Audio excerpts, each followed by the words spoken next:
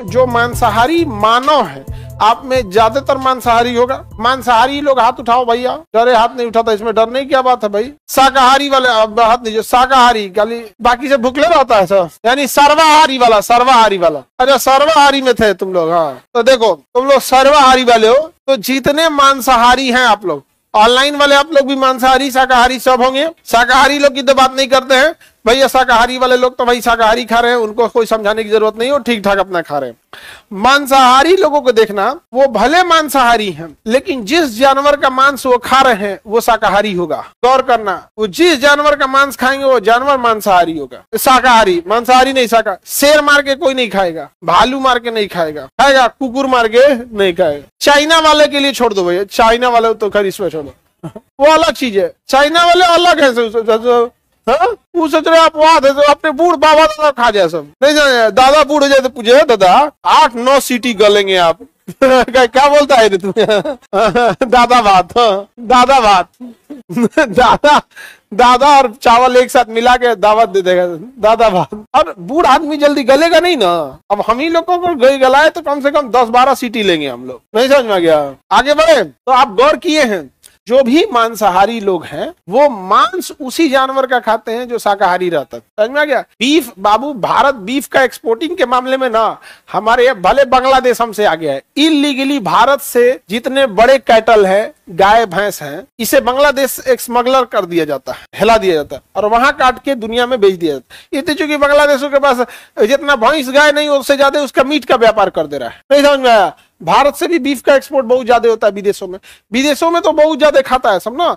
India में chicken mutton प्रसिद्ध है, इंडिया में सबसे ज्यादा चिकन, उसके बाद लोग मटन। महंगा होने की वजह से लोग मटन कम खाते हैं, वरना कि दूसरे के शादी ब्याह में जाएगा तो बुखार छोड़ा देगा खा के। महंगा होता है ना, तो भारत में सबसे ज्यादा प्रचलन में चिकन और मटन होता है। बट अगर आप यूरोप में चले जाए, अमेरिका चले जाइए, अफ्रीका, साउथ अमेरिका, पूरे महाद्वीप की बात कर रहे हैं यहाँ पे। चाइना में तो बातें छोड़ दो भैया, चाइना में जब सांप सुरक्षित नहीं है, गाय भैंस मतलब क्या चीज होता है, तो नॉर्मल चीज हो गया उन सबों के लिए।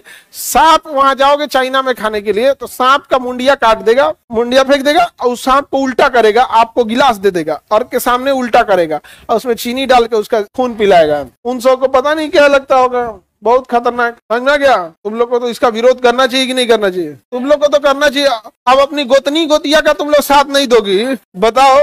अपने तो कम से तुम लोग बताओ, अपने गोतिया का साथ नहीं दो, रिश्तेदार गोतनी ये सब तुम आगे बढ़े तू सब कुछ भी खा जाते हैं, उसका अलग बात है।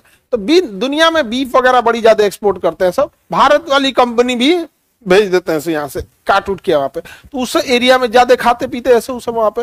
शराब वगैरह विदेशों में क्या रहता है, कॉमन रहता है। यहाँ पे इंडिया में चूंकि हमारे यहाँ ज्यादातर बहुत सारे बड़ी संख्या में शाकाहारी भी रहते हैं। दूसरा धार्मिक इशू भी आता है, क्योंकि भारत में एक बड़ी संख्या में हिंदू धर्म के लोग हैं और हिंदू धर्म शाकाहार की ओर प्रेरित करता है।